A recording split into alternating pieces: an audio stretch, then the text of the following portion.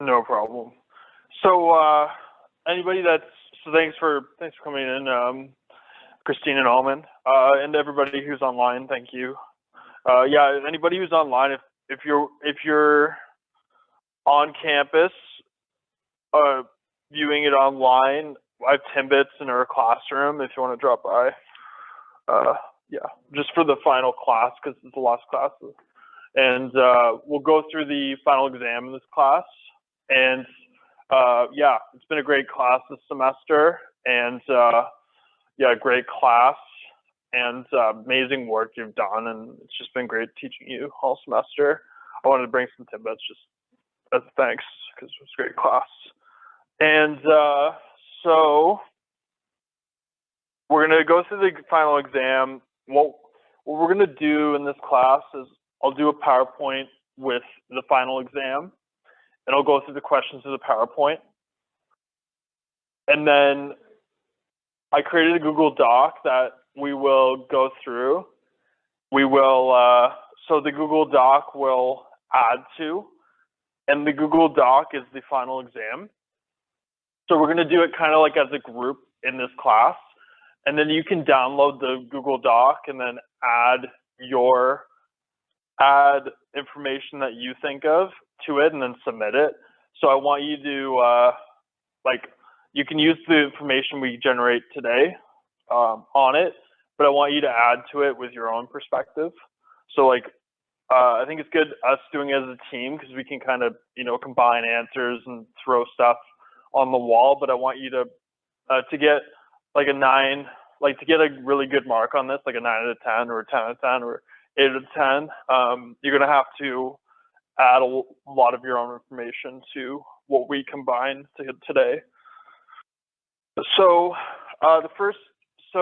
this is available on, I made it available on eCommerce and send it to everybody's email.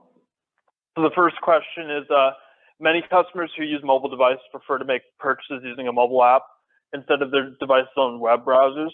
In about 200 words, outline the advantages and disadvantages of using a merchant's mobile apps to select and purchase products. So that's the first question. Then 2, visit the website of a business that sells a membership online. Describe the process that a visitor would follow to shop for a membership. Evaluate how well the site describes membership options and encourages the visitor to purchase one.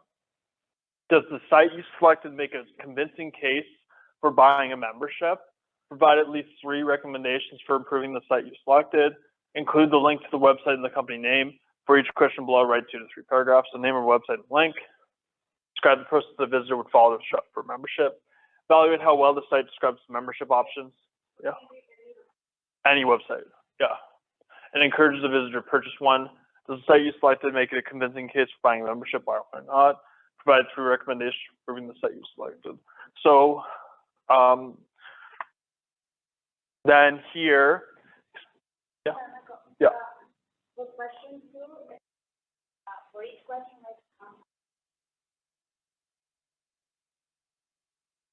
yeah. Oh, it's okay. It's okay. So if you want to write as much as you can, write as much as you want. There's no limit or no minimum. Just write as much as you want. Then, oh, sorry. Oh, thank you. I appreciate it. Yeah, with me, I'm talk to my fiance about this all the time. I'm super type B. With me, I've seen a lot of teachers that are very, they're if you don't do this, I'm gonna get angry. I'm just really, I'm just really type B about all this stuff. I also want to connect this to, making a career. A lot of the teachers I've had in my past, they write all this stuff on the board. Everything on the PowerPoint is all this stuff, right? And there's no connection to a career or job or making money or just making a living, right? With my whole goal is to connect this to actually making, people all of you be able to, build something, like, you know, actually like generate a living. Because like you see, like if you're going past, so there's I think it's I forget which street it is. There's a street, it's nearby here, but there's like, you probably know where it is, but there's tents everywhere. Like you've seen the tents, right? Like these people, like they can't find homes. But yeah, like they can't find homes. Like it's a tent place, right? Like where we need to, you know, I need to teach everybody here how to, you know, make a living so you don't end up like that, right? Like the problem is these, like a lot of these teachers, they just, you know, throw out all these facts. There's no way to, you know, find a job, create a business. And then I just want to make sure that like none of you get in that situation, right? Because it's terrible. Like the homeless situation, it's such a problem that like I know we're trying to find a new place, and it's hard. Like it's hard for even us, right? Like even renting these days is expensive, right? So like the I need to show you how not to, you know, like how to like make a living, right? Because like getting a rental these days is hard, right? Like not just like getting a house is like so much harder, but even getting a rental is hard. So like I want to make sure that like you can sustain yourselves and like actually make a living. So, but thanks, Alman, for that compliment. Yeah, you've been a great class. I appreciate you two showing up and everybody online too. But it's been a great class, and yeah, and I don't want to be like that.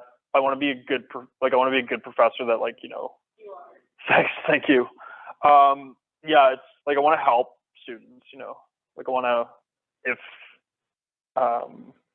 to help all of you and like ensure that like you can actually make a living, and you know, like you can find a good job, make a good business, you know, right? So let's check the chat.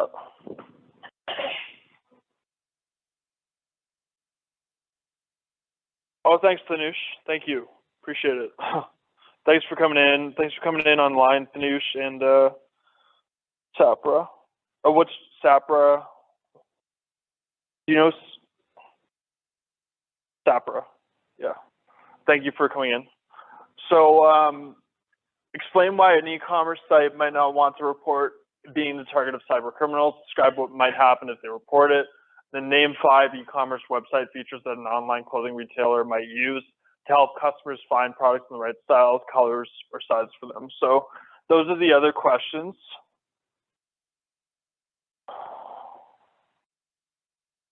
So you'll get the 9 out of 10 if you expand on what, like, you can download the document that we'll work on today, and then if you expand on it and add your own perspective, like with good detail, you can get 9 out of 10. So I want you to just expand on that and add your own ideas to what we've written, and then you can get the 9 out of 10. And then I'll use referencing too for any ideas that you bring in. Yeah.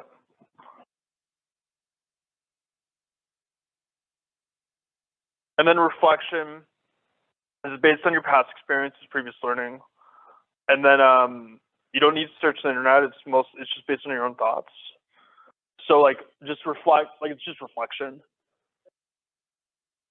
So based on my past experiences, previous learning, and current knowledge from this course in e-commerce, I learned that. I learned this when this learning matters because due to this learning. If I was an entrepreneur starting my own business or helping my employer, the skills/knowledge I would take from this course in my career are. So yeah, like it's just reflecting on your learning. But yeah, like I'm just looking for you.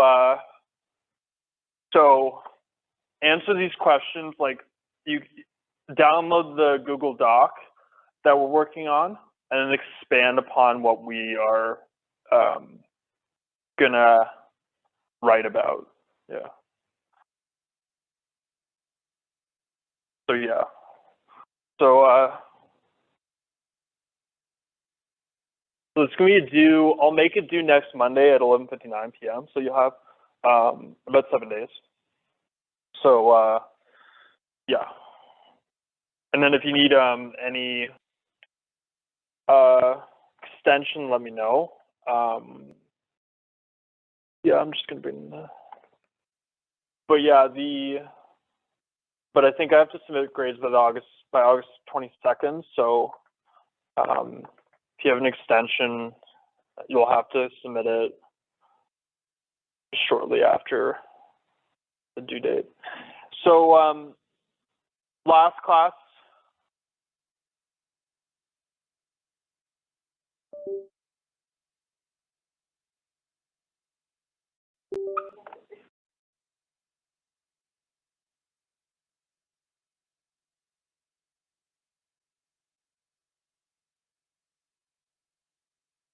So there is no word limit.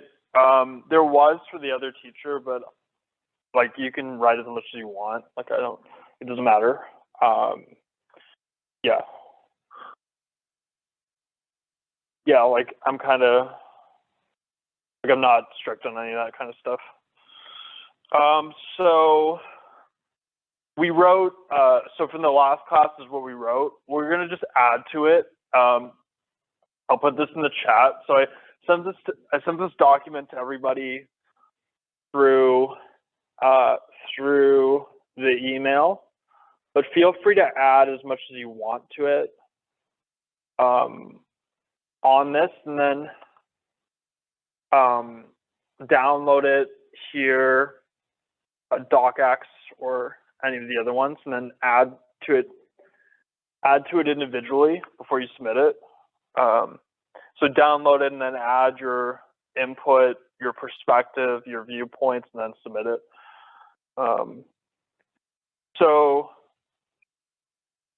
the first question is, yeah, many customers who use mobile devices prefer to make purchases using a mobile app instead of their device's web browsers in about 200 words. Don't worry about that. Outline the advantages and disadvantages of using a merchant's mobile app to select and purchase products. Sorry. Sure. So what I'll do is I'll send it to the emails. I'll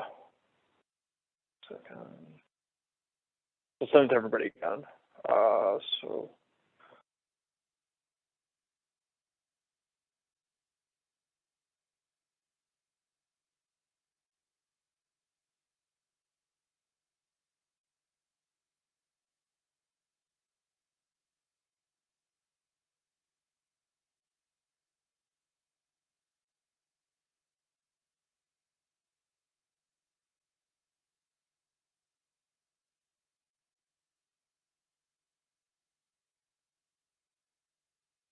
Does anyone have any answers for this one, other than what's written?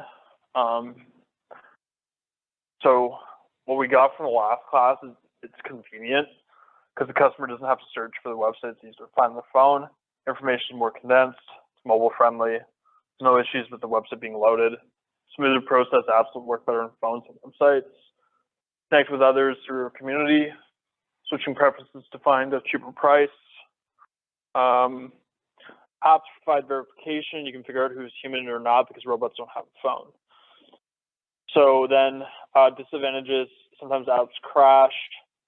Some information will be missing. More access to your personal data. Companies track you, Tim Hortons. Any other advantages or disadvantages you can think of?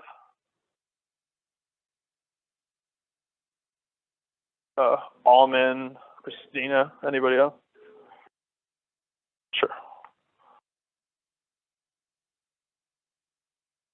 Sonali, Fanush. And feel free, if you want to add it to the Google Doc, you can do that, or you can say it on the chat, or you can unmute. It's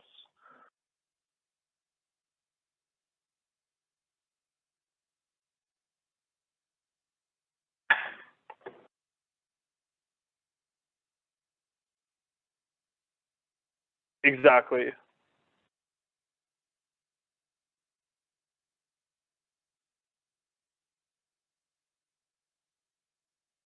Exactly. That's a good point. Like these days, some people just have a mobile device, right? That's great.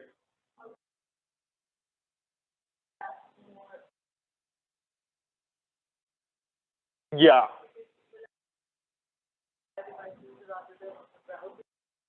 Yeah. That's great.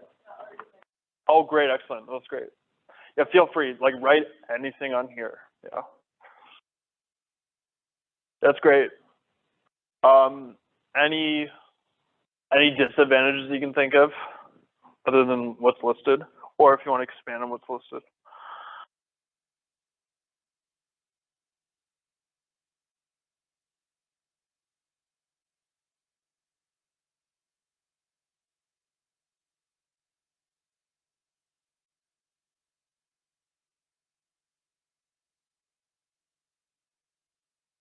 Yeah, issues with privacy. That's good.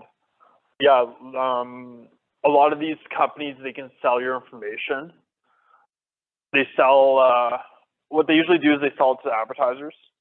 Also, 23andMe, I know that they share data to, like they share genetic data, and sometimes they could, let's say, sell your data to an insurance company. If it's 23andMe, they could sell it to an insurance company where, let's say you're genetically predisposed to become diabetic, let's say, they could raise your insurance premiums because you'll need insulin, and like you'll have to pay higher insurance premiums. So that could be a problem. Data sales can be an issue because like they just know so much about you that they know all your risk factors and they can raise prices. And they do that a lot online because they know, we talked about this, it's called price discrimination. So what they do is they, if you like a product more than other products, they'll probably charge you a higher price. And if you bought it at, like, yeah, it depends. Like they can determine how much you like something, and they'll charge you a higher price because you like it more than somebody else likes it. So that can be a huge disadvantage with buying stuff online. Price discrimination through websites setting higher price for you based on your preferences.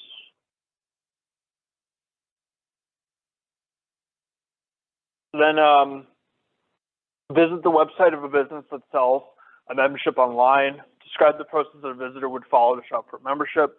Evaluate how well the site describes membership options and encourages the visitor to purchase one.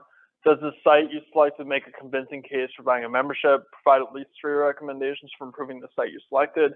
Include the link to the website and the company name. For each question below, write 2 to 3 paragraphs. So we did LinkedIn in the last class. Do you have another one that you want to do? There a certain website that you want to do? Netflix or? Sure, we can do Netflix, yeah. So yeah, Netflix.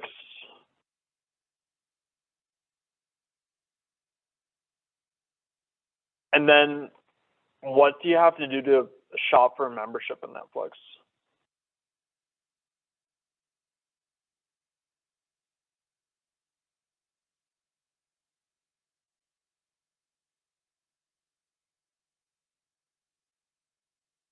Create an account. What? Yeah.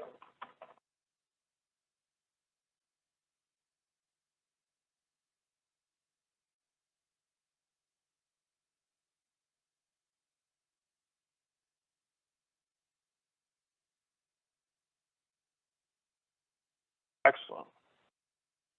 That's great.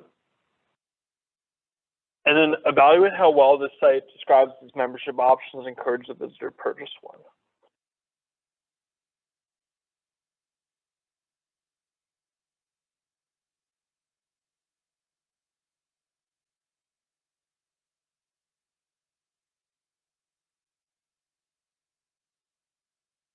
So yeah, with LinkedIn,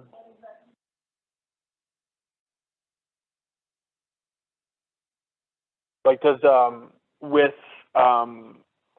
setting up a membership on Netflix, how is it easy to do or is it hard to do?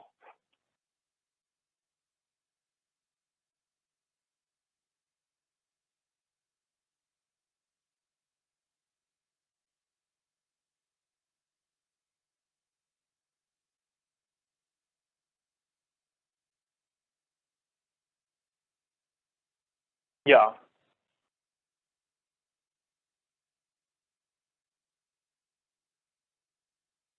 Yeah. Yeah, that's great.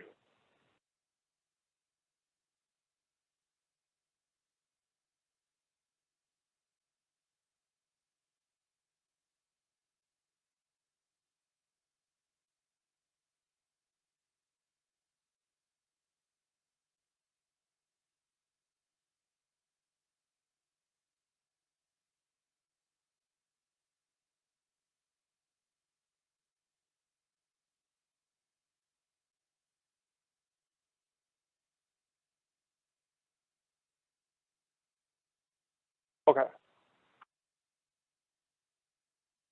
That's great. Excellent, Elman. That's great. Anything else? Number of user profiles. Yeah, that's good. In devices, yeah.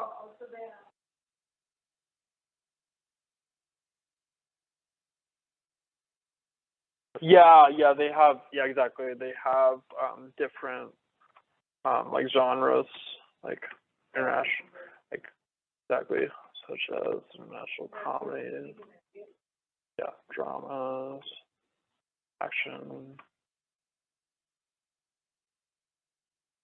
That's true. That's great. Good sorting. Yeah.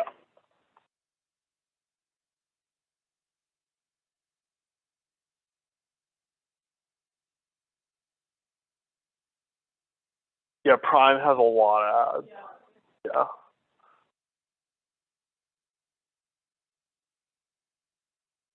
Yeah, Tubi, I think Tubi's probably the best one because it's free. It has ads, but like it's free. Like it has great content. Like Tubi, it's called Tubi, Tubi. It's great. It has so many great movies on there. It's free. There's ads, but you get ads on Amazon Prime and you're paying for it. Yeah. Yeah, it's the thing about Amazon Prime is like it's you get ads, but you're paying and you get ads, right? At least with Tubi, like you're not paying, but you get ads, but you're not paying. So it's kind of better than like paying and getting ads. Like you're not paying, but you're getting ads. You know, I don't mind the ads if you're not paying. But if you're paying, you shouldn't have to see ads. I know Amazon Prime is discounted compared to Netflix, but it's not that like it's not that much discounted. Yeah, like yeah, exactly. Like Tubi is amazing because it's great movies and it's free. Yeah, like I recommend Tubi. The movies don't stay on long, but the types of movies they get, it's crazy. They do such a good job with it.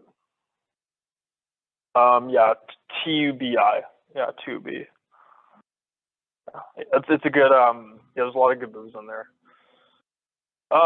So does the site that you selected make a convincing case for buying a membership? Why or why not? So do you think that there's a convincing case to buy a Netflix membership?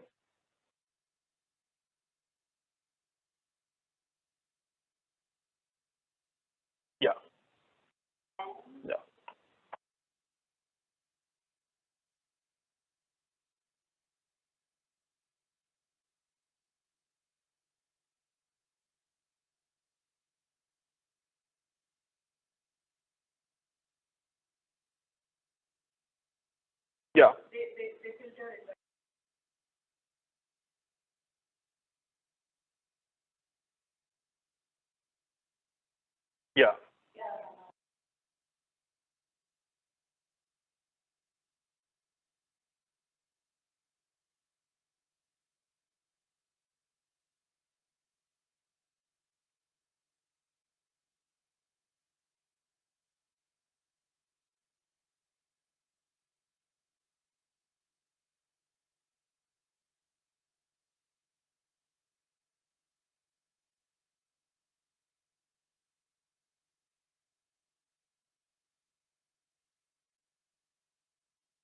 So provide 3 recommendations for improving the site you selected. So how can you improve Netflix?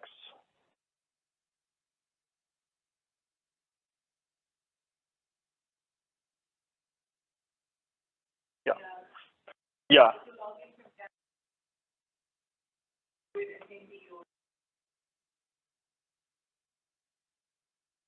That's a good point.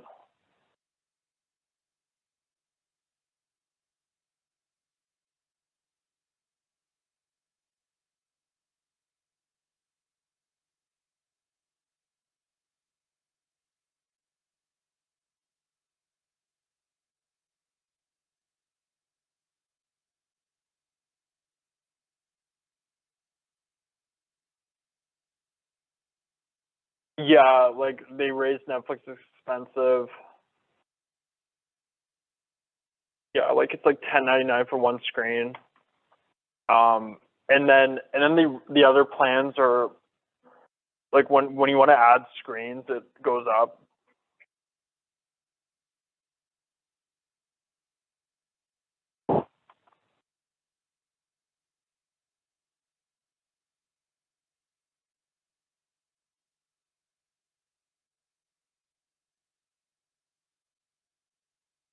Yeah,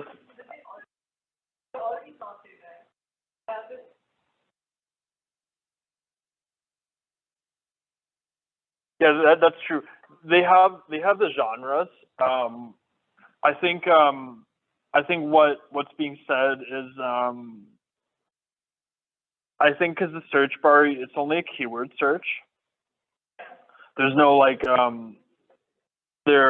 know that like when you go scroll down, it's like ordered in like romantic comedies, dramas, action, comedies, etc. Right? But like there's no like if you go in the search bar, it's just a keyword search. But yeah, yeah, I think they're talking about like the search should have like geography, like language, etc. That's a good point. Is there any other recommendations you think that Netflix should have?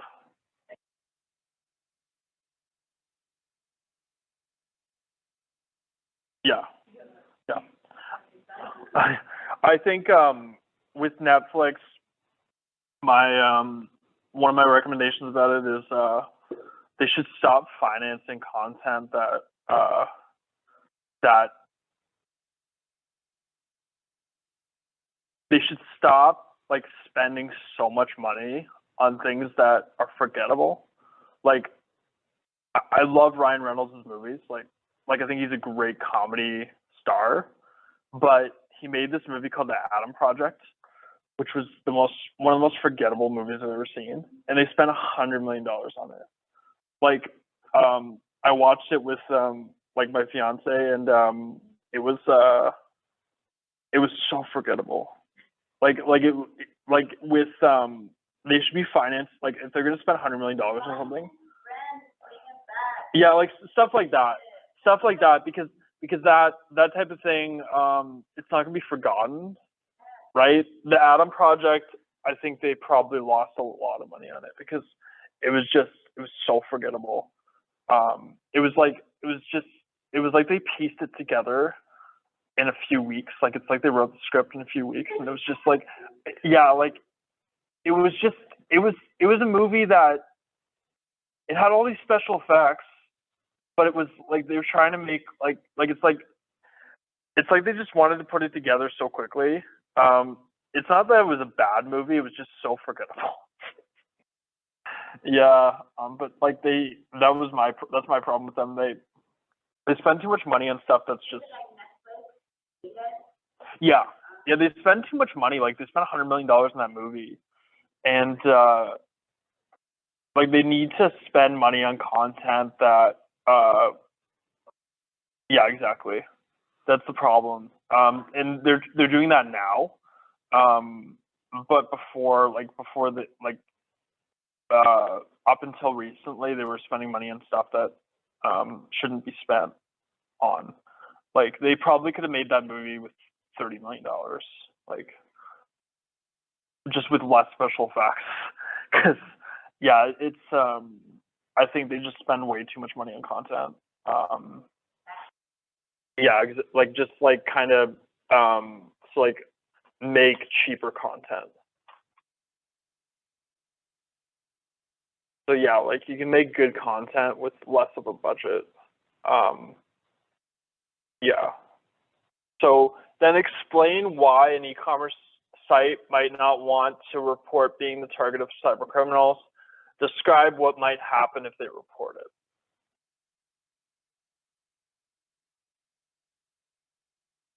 So why would they not want to report being the target of cyber criminals?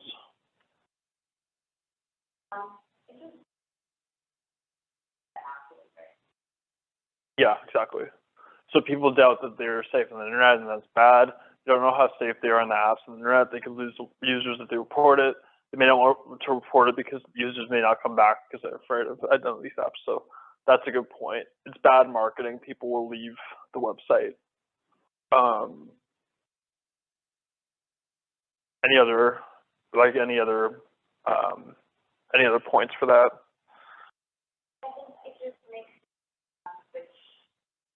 Yeah. Exactly.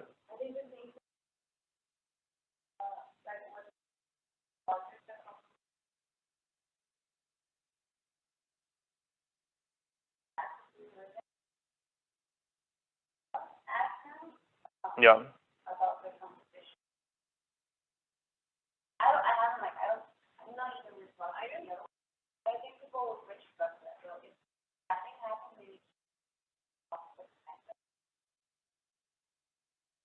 Yeah. Yeah, exactly. Like, yeah.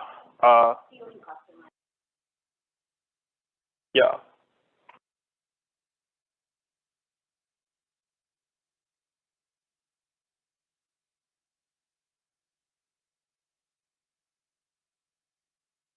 What?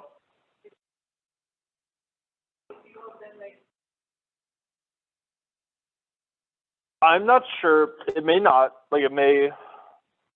Yeah, I'm not sure if it's mandatory. If somebody can look that up, all like that might be something that we can check if it's mandatory that they report a data breach. I don't see how, like, if no one found out about it, then they probably wouldn't. Like, I'm not sure if it's legally required to inform.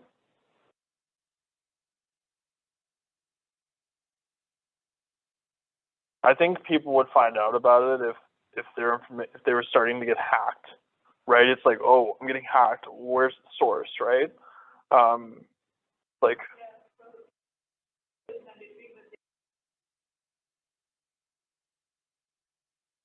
yeah,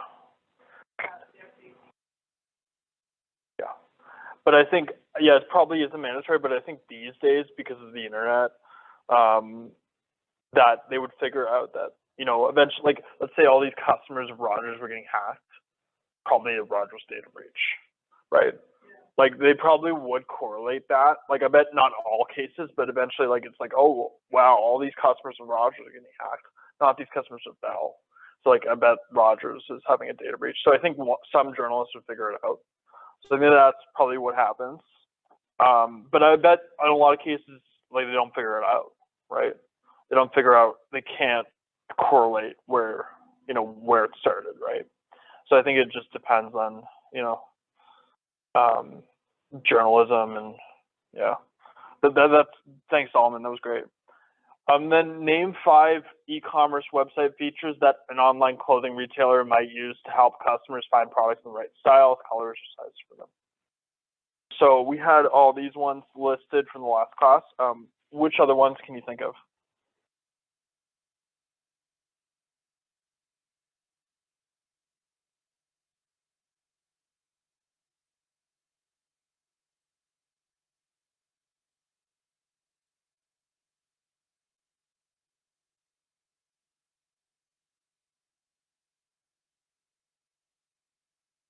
Yeah, that's good. Yes, using symbols. Yeah, using symbols for shopping cart, payment processing, customer service.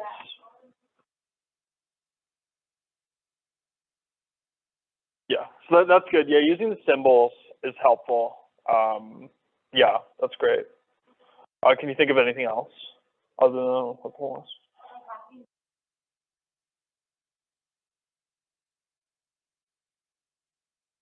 Yeah,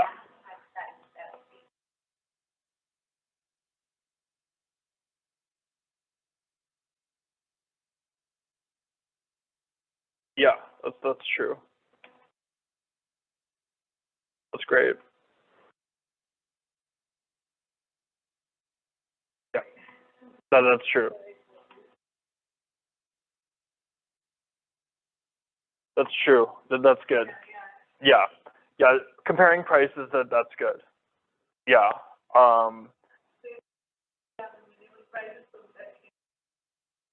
Yeah, that's good. That's a good one. Yeah. A virtual try on.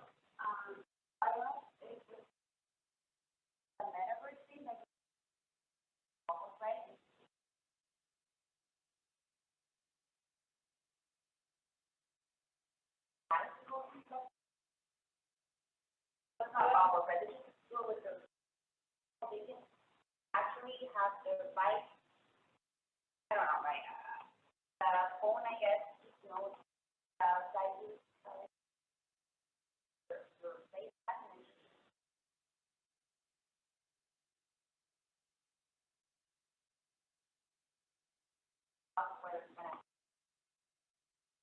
That's good. Yeah. Yeah. That's a good point. Yeah. That would be good for anything you're buying online. I know I got a few shirts recently that were like not big enough, right? So like that would prevent that from happening. Like you could try it on, see if they're big enough, and then like just reject it. That's the problem with buying clothes online because um, you don't know what the size is, right? They might say it's extra large, but it's not extra large. Yeah, like it's like yeah, exactly. Yeah, yeah, exactly. So that's a good point. The virtual reality for like having Amazon products or anything on you buy online, just having a virtual reality metaverse try on. That's a good application for the metaverse here. Yeah, that's great. And then reflection. So, do you have anything else? Like, is there anything else you can think of for the features? I think we got a lot of good information here, but if you can think of anything else, just let me know. Custom design is a good one. That's great. Is there anything else you can think of?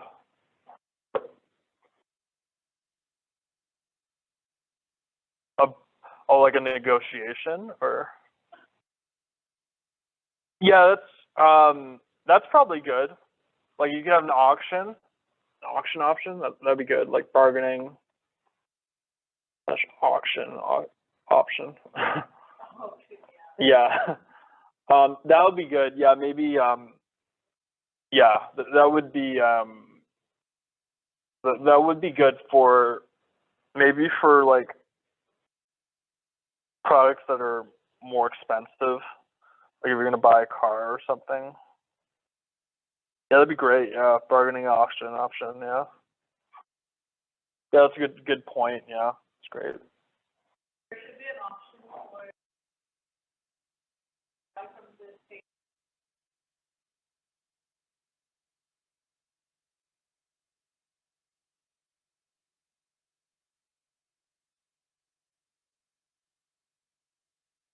Okay.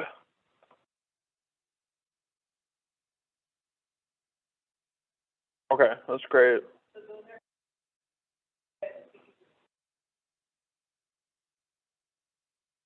Yeah, exactly.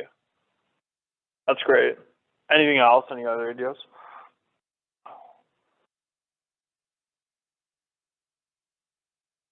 Yeah, virtual assistant would be good. Yeah, to like help you at 24/7 because you might be buying after hours, so that would be good.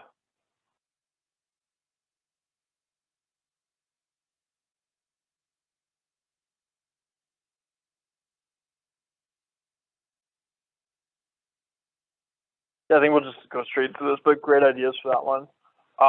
So reflection. Based on my past experiences, previous learning, and current knowledge from this course in e-commerce, I learned that. What have you learned?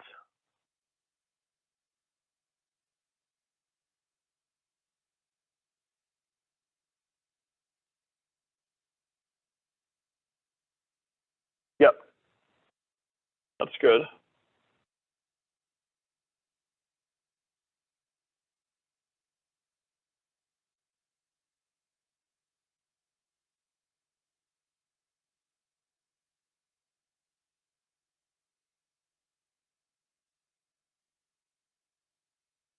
Yeah, that's a good one.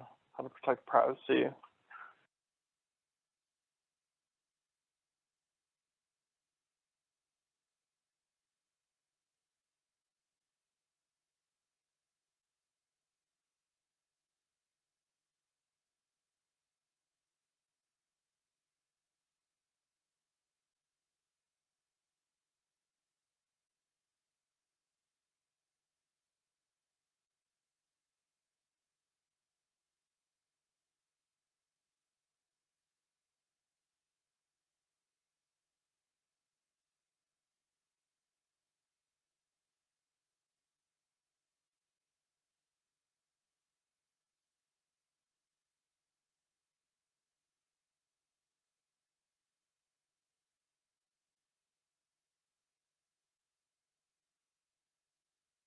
So anything else, like other than what's on the list?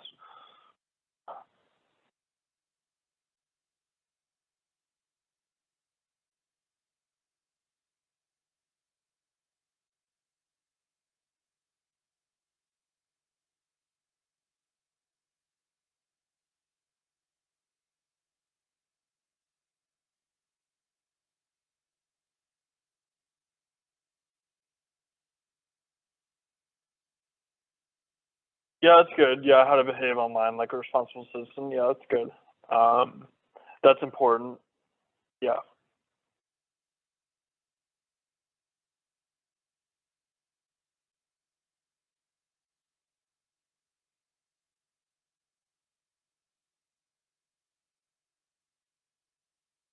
Yeah, anything else you could think of for that? Feel free. So, so how'd you learn all those things?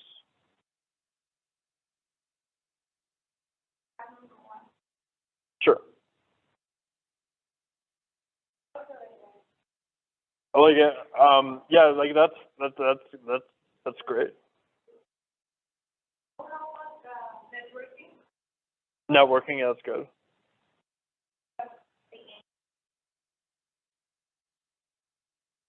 Yeah.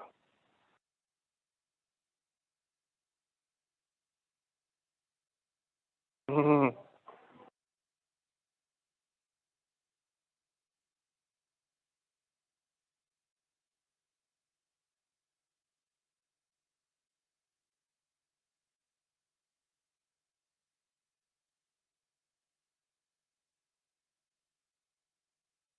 And then this learning matters because what what matters about this learning?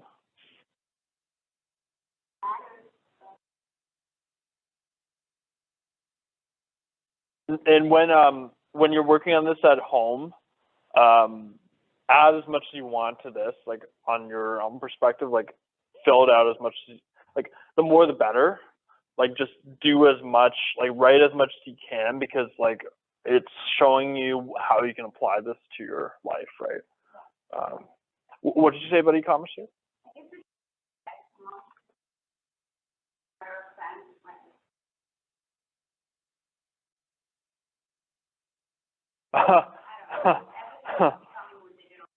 Yeah.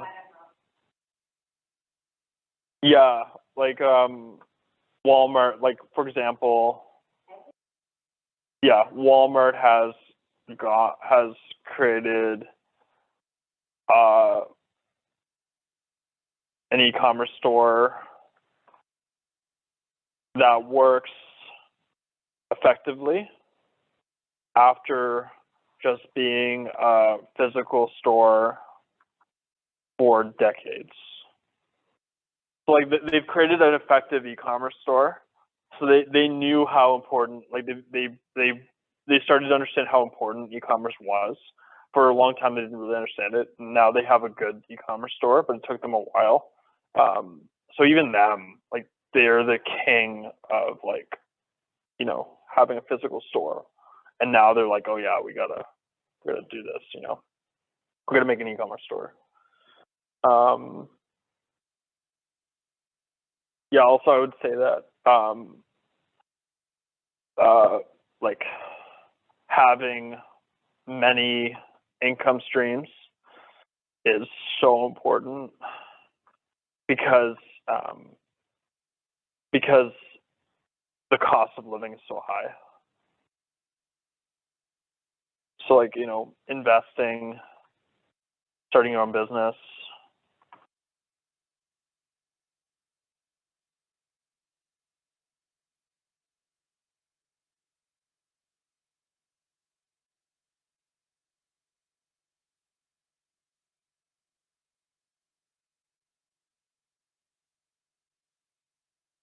Yeah, exactly. And then due to this learning, what will happen?